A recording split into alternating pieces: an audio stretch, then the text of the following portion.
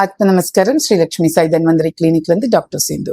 பசலைக்கீரை இது எதுக்கு சாப்பிடணும் அப்படின்னு பாத்தீங்கன்னா, நம்மளோட மசில்ஸ் வீக்னஸ், ரொம்ப மசில்ஸ் வீக்கா இருக்கு அப்படின்னு டாக்டர்ஸ் உங்களுக்கு சொன்னாலோ, இல்ல உங்களுக்கே என் மசில்ஸ் தான் ரொம்ப வீக்கா இருக்கு அப்படின்னு தெரிஞ்சுங்க, பசலைக்கீரை எடுத்துட்டு வாங்க. உங்களோட மசில் ஸ்ட்ரென்த் இம்ப்ரூவ் ஆகும்.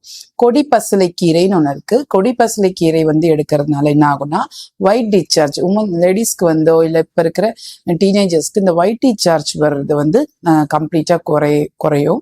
அது மட்டும் இல்லாம நீர்க்கடுப்பு, அந்த மாதிரி அடிக்கடிக்கு எனக்கு நீர்க்கடுப்பு வருது அப்படின்னு சொல்றவங்களும் இந்த பொடி பசலைக்கீரையை பாசிப்பருப்பு, வெள்ளைப்பூண்டு, சின்ன வெங்காயம், சீரகம் எல்லாம் போட்டு நம்ம கடைஞ்சு சாப்பிடும் போது ரொம்ப நம்மளுக்கு இந்த மாதிரியான தொந்தரவுகள்லாம் இல்லாம மெடிசன்ஸ் எடுக்காமே நம்ம கீரைகளை இப்ப எப்படி சாப்பிடுறது அப்படின்னா, ஒரு நாள் விட்டு ஒரு நாள் சாப்பிடலாம், இல்லைன்னா 2 டேஸ்க்கு ஒன்ஸ் இந்த மாதிரி சாப்பிடலாம்.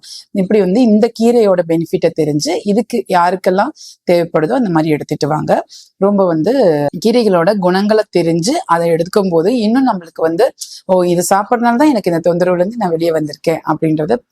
பசலைக்கீரையோட பெனிஃபிட் இவ்வளோ இருக்கு. ஸோ யாருக்கு எந்த இஷ்யூஸ் இருந்தாலும் பசலைக்கீரை, இந்த இஷ்யூஸ் ஒயிட் டிஸ்சார்ஜ், நீர்க்கடுப்பு அந்த மாதிரி இருக்கிறது பசலைக்கீரையோட எந்த பசலைக்கீரை எடுக்கணும், கொடி பசலைக்கீரை, ஒயிட் டிஸ்சார்ஜ் அந்த மாதிரி ஆகிறவங்களுக்கும் நீர்க்கடுப்புக்கும் அப்படின்ற மாதிரி பார்த்துட்டு நீங்க எடுத்துக்கலாம். தேங்க்யூ. ஆத்ம நமஸ்கார்.